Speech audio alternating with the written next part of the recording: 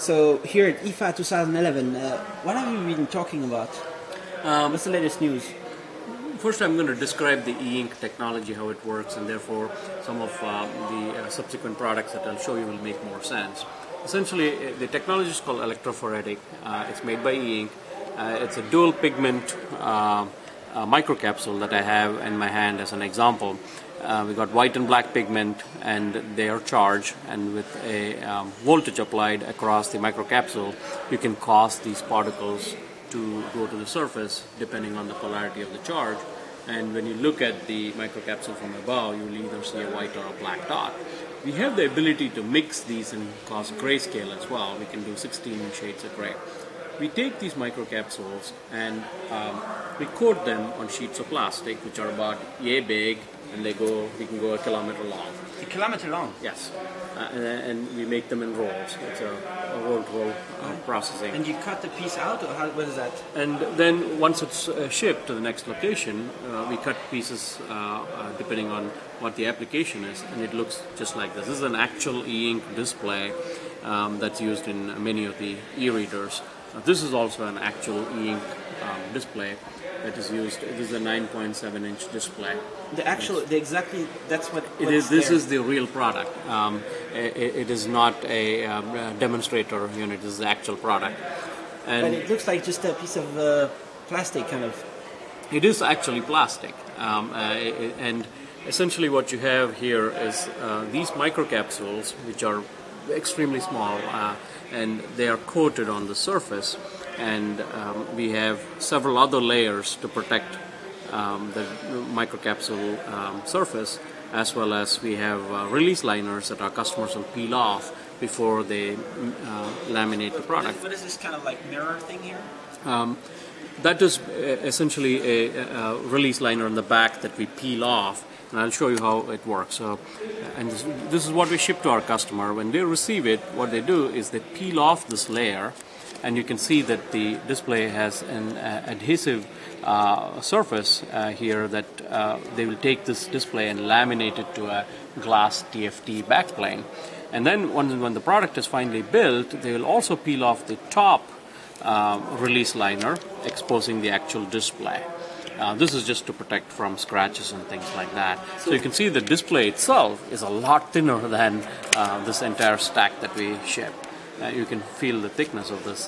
This is our e-ink Pearl platform that is the most popular e-reader display out there. So for example, the Kindle and Sony, they have exactly this. They have exactly this display in their e-readers. So what is the difference between under and over? This is the screen and this is just the back? Correct. The screen is on the top surface here. In the back, since it's a reflector display, it's essentially it's opaque in the back. What are these? Is it because you've touched it a lot or opened it a lot that they're kind of bubbles, or is that something that it's an image? Right. Well, essentially, the static that is causing the microcapsule particles to shift. And that's what I'm doing here. But once you connect it, you can like once you connect this, or? It'll just completely, it'll reset, and then what you'll essentially have will be something that looks like this, right? And this material is what is used in the display. Do you think that this actual screen, if you did put it in here, it would actually work? Yeah, it will actually work. This is a real screen. Well, this one is broken because I have messed with it, but we can still make this work. You see these tabs here in the end? Those are the connectors that will actually connect to the electronic, to the circuit board. So is it kind of like plus minus, or what is this? No, it's a connection to the circuit board that will have the driver ICs.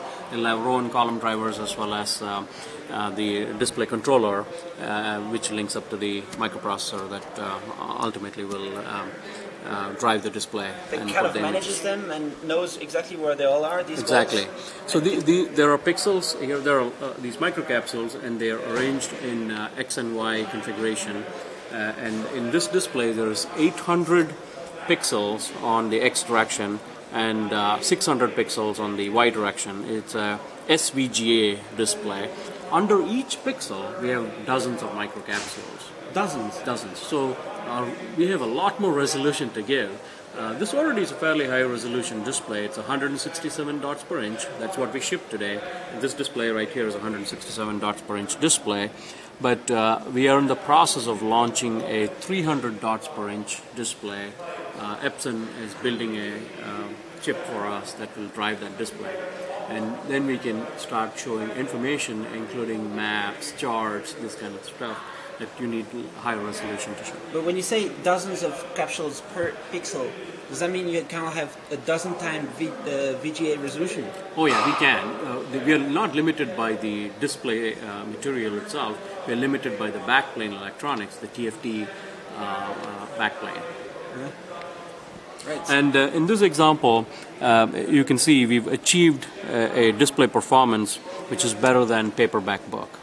And there's a touch screen on this, and you can see it's very fast transition. And what do you mean better than paperback? Better than paperback in terms of the contrast. Most paperback books have less contrast. By definition, the contrast is how black is the black text compared to the white background. And we've been able to, our previous generation product was better than newspaper. The current generation product is better than paperback books. And when you take this outdoors in the sunlight, it looks even better because reflective displays such as ours really do much better with a high ambient environment. It's good for the health of your consumers, so they can go outside. Yes, certainly. That would be a very good advertisement for our technology to say, yes, we are promoting healthy behaviors by... So now you're better than paperback? What's the next step? The next step is to make the entire display all plastic. So our display is already plastic, as I mentioned to you. It's flexible and plastic, but it's laminated on a sheet of glass. And that glass is fragile. So, so our customers have to protect the glass, just like any electronic device that uses LCD. So now there's a glass here. There's a glass here in every one of these devices. But I'll show you a display that we have, which uses the exact same material, and in this case it's all plastic. So the all plastic material that's used here in this display allows you to have a shatterproof display, and as a demonstration we'll request Annie to come and show you that the display is indestructible. Thanks. And it's still working. And it's still working.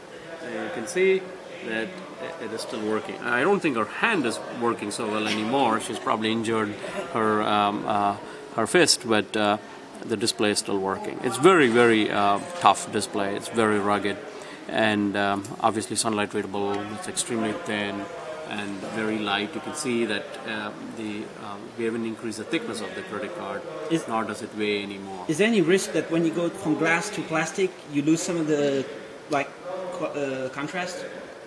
No, I don't believe we lose contrast. The challenge when you go to any new technology is it takes some time to scale up because the factories are now producing all plastic. But then there are a lot of other advantages too. For the end customer, when you make a device like this, and if the display is not glass based, you don't have to protect it as much. And you can actually build electronic textbooks you can give to students, and they can drop on the floor and you'll be perfectly okay. You're not going to break the device. As against today, if you give a cell phone or a laptop to a child, and if they drop it, there's a good chance that you'll shatter the screen. So right here you have some kind of crazy electronics going on, so it's in here? Yeah, it's all in there. What does it take for the electronics to be powering as much, like changing pages and something like this, and being as thin as paper in here? It is possible, and those kind of devices are what we would see in the future. The display thickness is what causes most of these designs to have the kind of thickness they have, and we have to protect the glass which is in the display. Obviously, there is the printed circuit board, and it's got all of the chips in it, and that's going to add some amount of thickness. But the display is usually part of the reason why it's thick. Already, our display with the glass is about half the thickness of LCD, because LCD has 2 sheets of glass. We only have 1. Whereas once we go into a plastic substrate, it'll get even thinner. Now, with our Triton display, we are even Triton. Yeah. This is our color display. We've actually decreased the thickness. So this is roughly about 200 microns thick, the display itself. Microants? Microns. Microns, sorry. Microns. Yeah. And micrometers. Okay. And we've reduced that further. The Triton display, our color display, is about half the thickness of our monochrome display. The idea there is when you put a touch screen on our display, the display comes much closer to the touch screen or the top surface of the device, and the chances of you making an error when you use the touch screen are reduced significantly. So what is the screen? Is that the latest version of Color E-Ink? Correct. This is the latest version of our Triton imaging film in a demonstration unit, and we have started shipping these in mass production, and we have customers that are launching e-reader devices with the color display, and we are also in the process of taking the same display, increasing the pixel size, thereby allowing more light to get into the display, and we will be able to use that in signage type applications where the color will be much more saturated, because we do have more light coming into the display. This is a high resolution display, and as one of the issues with the high resolution display is that it reduces the light going into the display material, and therefore the color is not as saturated as we would like. So you cannot do backlight for sure?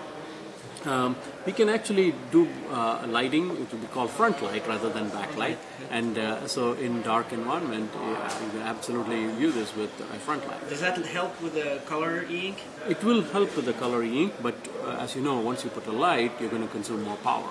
So this device will last for 2 months on a single battery charge, and we want to keep that kind of a feature on our color display as well. Because the color display is essentially a monochrome display with a color filter on top, the color filter itself does not consume power, so the power consumption characteristics of our color display is going to be very similar. And we don't want to lose that by putting a front light all the time. But that is an option though, for certain, either to read in the dark, or if you want to view a certain image with more light, you can definitely shine that. But it doesn't have to be a light that's embedded in the device. It could be just any external light, just like when you read a ordinary printed paper based book or document, you would essentially use an external reading light, and that's what you can use with our display as well. Does it use more power to change the page when it's color compared to black and white? No, it's about the same amount of power. Because even though there's more colors? The color itself is derived from a passive material that does not consume power. It's not an active material, it's a color filter. We use RGBW color filter, and so that layer goes on top of our monochrome display. But the microcapsules that we use in our monochrome display are the exact same things that we use in the color display as well. So all of the success we've had in the monochrome space, and all of the ruggedness and the proven reliability of this product transfers over to the color. So we, from day one, it's a very rugged and... But how many colors are there? This one has about 4,096 colors. So when people compare, like, let's say an iPad with a color E-Ink, it would be number of colors, it would be saturation. What else is there that you need to so people say this is wow, you know? Yeah. So we also make LCD technology. Our FFS LCD technology is the most popular in the entire tablet space, and we license that technology. We're very familiar with LCD products. And when you compare LCD with our color e-paper display, what you will notice is that this has all of the features of the monochrome e-paper display, that the LCDs are not able to compete against in terms of readability. This has the best reading experience among all display types. It also is much lower power consumption compared to LCD. And obviously outdoors in bright sunlight there is no comparison because one display is readable, other is not. And there are other benefits too. When you make larger displays, let's say you make a display about this size with electrophoretic material, it's a lot thinner and lighter, so you can hold a very large display-based device in one hand, whereas most tablets you need to have both your hands because they're very heavy, and mostly it is because of the LCD. So you have announced how many screens you are shipping this year? Yes, we have publicly announced that our forecast for this year is between 25 to 30 million units only for the e-reader space. We obviously make a number of other products. There are many USB memory sticks. We have Eink wristwatches, and we have a number of products including this indoor sign. Are there many of these? There are lots of them.